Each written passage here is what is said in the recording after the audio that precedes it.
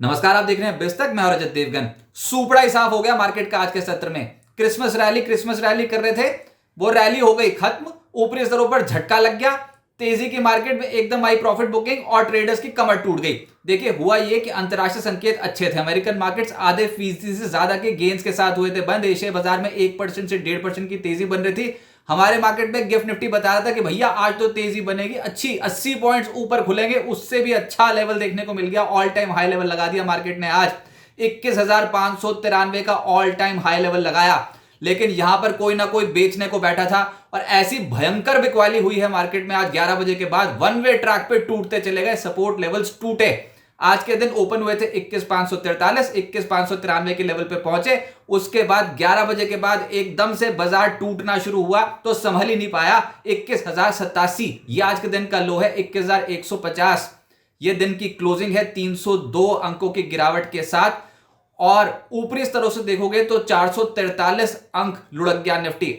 और आपको यह बताएं कि ये 23 दिसंबर 2022 के बाद अंकों के लिहाज से सबसे बड़ी गिरावट है निफ्टी पे क्लोजिंग बेसिस पे। निफ्टी बैंक 47,445 के लेवल पे बंद हुआ है, 425 अंक गवाकर। और सेंसेक्स 930 अंकों का डेंट पड़ गया, 70,506 के लेवल पे हुआ है बंद। अचानक से बिकवाली आई। निफ्टी बैंक पे तो दबाव था ही, लेकिन जो प्रॉब्लम एरिया बन गया वो था छोटे मझोले stocks. Nifty mid cap select index 2.5% टूट गया। निफ्टी स्मॉल कैप 100 इंडेक्स 3.5% से ज्यादा टूट गया। ऊपर से वोलेटिलिटी बढ़ गई। इंडिया विक्स 4% से ज्यादा की छलांग मार गया।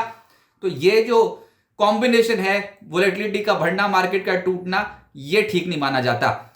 चौतरफा बिकवाली थी, कोई सेक्टर संभल तो रहा नहीं था। लेकिन मेजरली मीडिया स्टॉक 5% नीचे इंडेक्स आ गया। सरकारी बैंक्स 4% टूट के, जहां जहां मुनाफा मिल रहा था ट्रेडर्स को लॉक करना शुरू कर दिया।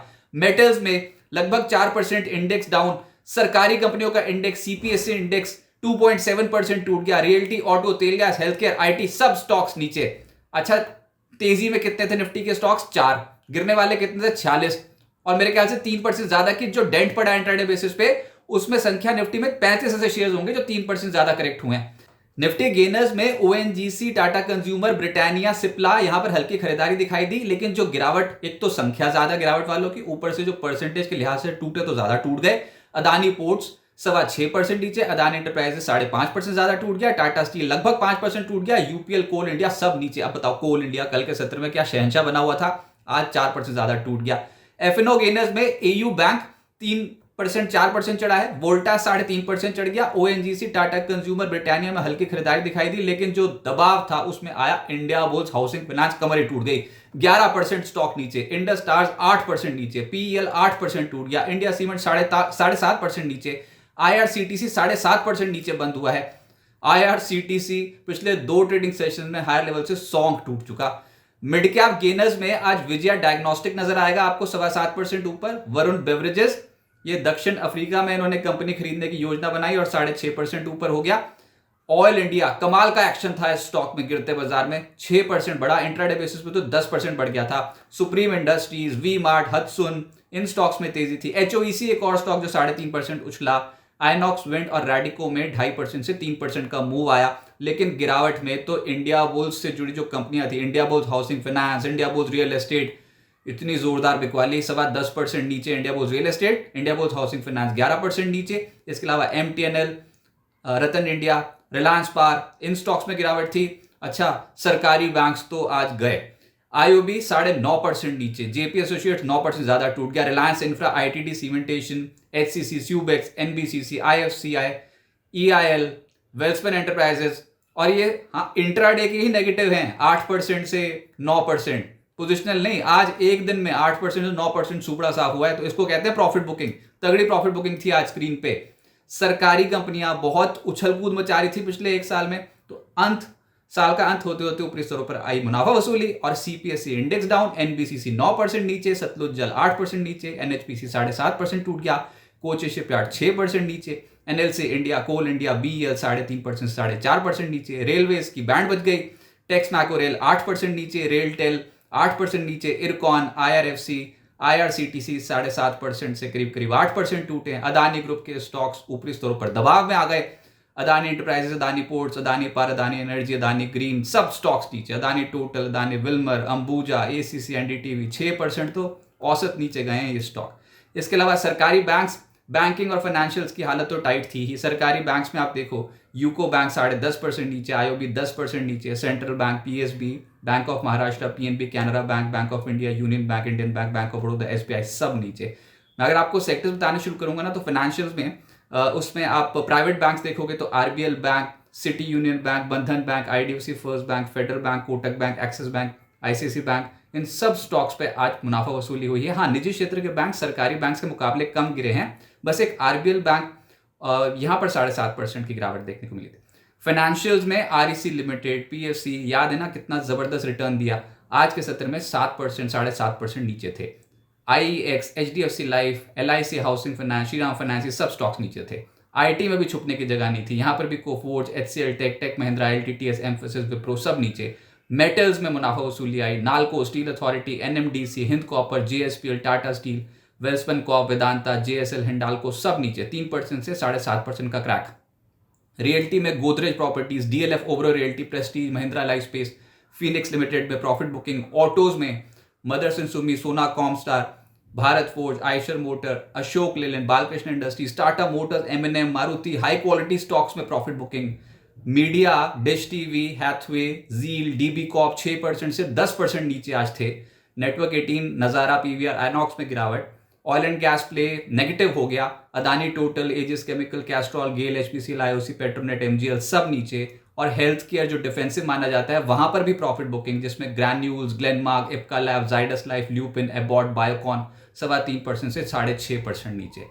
तो सेक्टोरल आपको बताना आज इसलिए जरूरी था ताकि आपको पता चले कि अगर आपके पोर्टफोलियो में आज नेगेटिव रिटर्न हुआ है तो ब्रॉडर मार्केट्स में आज के सत्र में सेल ऑफ था, दबाव पूरी मार्केट पे आया है, सिर्फ आपके पोर्टफोलियो में नहीं। आज की लिस्टिंग ये अच्छी हो गई।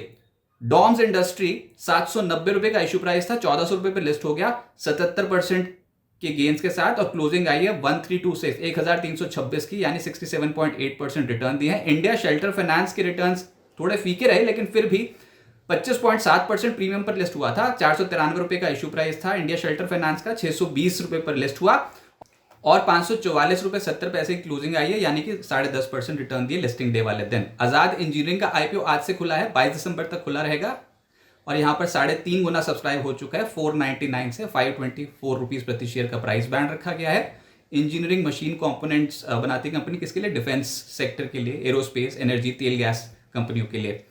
आज जो बंद हुए आईपीओ, उसमें सब्सक्रिप्शन फिगर्स मुथुट माइक्रोफिन के 12.3 गुना सब्सक्राइब होकर बंद हुआ है। मोतीसंस ज्वेलर्स का जो आईपीओ है वो 173 टाइम्स सब्सक्राइब होकर बंद हुआ है। सूरज एस्टेट का आईपीओ 16.5 टाइम्स सब्सक्राइब होकर बंद हुआ है। और कल जो बंद होने जा रहे हैं आईपीओ, उसमें हैप्पी फोर्जिंग्स 7.6 टाइम्स सब्सक्राइब हो चुका है, क्रेडो ब्रांड्स 7.1 टाइम्स सब्सक्राइब हो चुका है, और आरबीजेड ज्वेलर्स 7.2 टाइम्स सब्सक्राइब हो चुका है। अब आगे क्या होगा?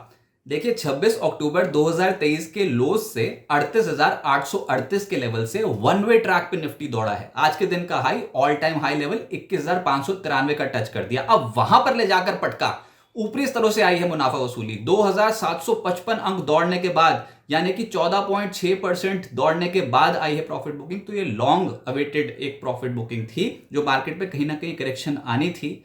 अब ये रनिंग करेक्शन है या फिर कुछ सीरियस ट्रबल है, इसको लेकर बाजार में डाउट हो सकता है, लेकिन अभी के हिसाब से रनिंग करेक्शन ही लग रहा है। हाँ, ये इंपॉर्टेंट है कि आज निफ्टी ने जिस तरीके की हरकत करी है ना, ये पूरे साल भर नहीं करी थी। 23 दिसंबर 2022 के बाद अंकों के लिहाज से सबसे बड़ी गिरावट आज दर्ज हुई है। अब आप कह सकते हैं कि इंडेक्स भी तो महंगा हो गया, हाँ तो वो बात सही है, लेकिन परसेंटेज के लिहाज से भी 23 मार्च 2023 के बाद ये सबसे बड़ी गिरावट है। तो ये एक सिग्निफिकेंट गिरावट मानी जा सकती है। 21,300 को बार बार हम बचा रहे थे निफ्टी पे, 21,300 का लेवल आज निकला और उसके बाद मंदी करने वाले हावी हो गए। तो शॉर्ट टर्म चार्ट्स पे तो हुआ ब्रेकडाउन। अब 21,300 को रिकॉन्कर नहीं करते तब तक तो कन्विक्शन आएगी नहीं बुल्स की।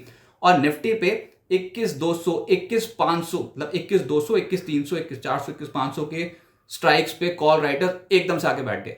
तो हायर साइड पे कॉल राइटिंग बहुत ज्यादा विजिबल है इस समय, और वो भी ईयर एंडर में, जबकि एक्सपायरी नजदीक आती चली जा रही है। 4 दिन मेन एक्सपायरी में, मंथली एक्सपायरी बचा है, कल तो वीकली एक्सपायरी है निफ्टी की। बाजार को इस समय 20,850, 20,950 के जोन पे सपोर्ट मिलेगा। ऊपर से अगर एफआईज ने मामला ढीला कर दिया, एफआईज ने प्रॉफिट बुकिंग कर ली अगर ईयर एंड से पहले, तो फिर यहां पर सिचुएशन थोड़ी बिगड़ सकती है। लेकिन अभी समझ में आता है 20,850, 20,950 के जोन पे पहला सपोर्ट मिल सकता है। ऊपर 21,300 को पार करना जरूरी होगा, जो कि अभी के हिसाब से नहीं लग रहा। अच्छा, ये भी इंपॉर्टेंट बात है कि क्यों बाजार 20,850 20,950 के आसपास आके रुक सकता है, क्योंकि 20,769 का लेवल पिछले हफ्ते का लो लेवल है।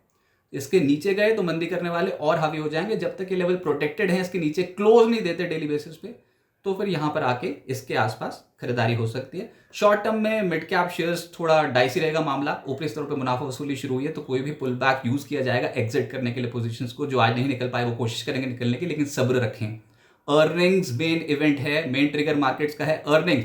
उससे पहले मार्केट बहुत ज्यादा तेज हो गया था, तो अब अगर कोई करेक्शन आता है तो गुड क्वालिटी ऑफ स्टॉक्स, अच्छे क्वालिटी ऑफ स्टॉक्स में फिर से री एंट्री करने का चांस बनेगा। फिलहाल शॉर्ट टर्म में थोड़ा पेन है, लेकिन लॉन्ग टर्म इन्वेस्टर्स के लिए बहुत बेहतरीन मार्केट होगी और निचले स्तरों से खरीदारी लौटेगी। लेकिन फिलहाल आज जो झटका लगा है उसको डाइजेस्ट करने में मार्केट को थोड़ा टाइम लगेगा। कोई अगर पुल बैक आता भी है तो उसको एग्जिट अपॉर्चुनिटी के तौर पे मार्केट देखेगा। बिस्तक आपके लिए लाया है प्रीमियम मेंबरशिप प्रोग्राम, जहां आपको मिलेंगे कई सारे फायदे, जिनमें मार्केट न्यूज़लेटर, लाइव चैट पर आपके सवालों के सबसे पहले जवाब, मार्केट आउटलुक, वीकेंड पर मार्केट स्कैन, एंकर्स के साथ चैट और भी बहुत कुछ। इस प्रीमियम सब्सक्रिप्शन में 3 तरह के प्लान्स हैं, सिल्वर, गोल्ड और प्लैटिनम, जिनकी शुरुआत मात्र 159 रुपए महीने से होती है।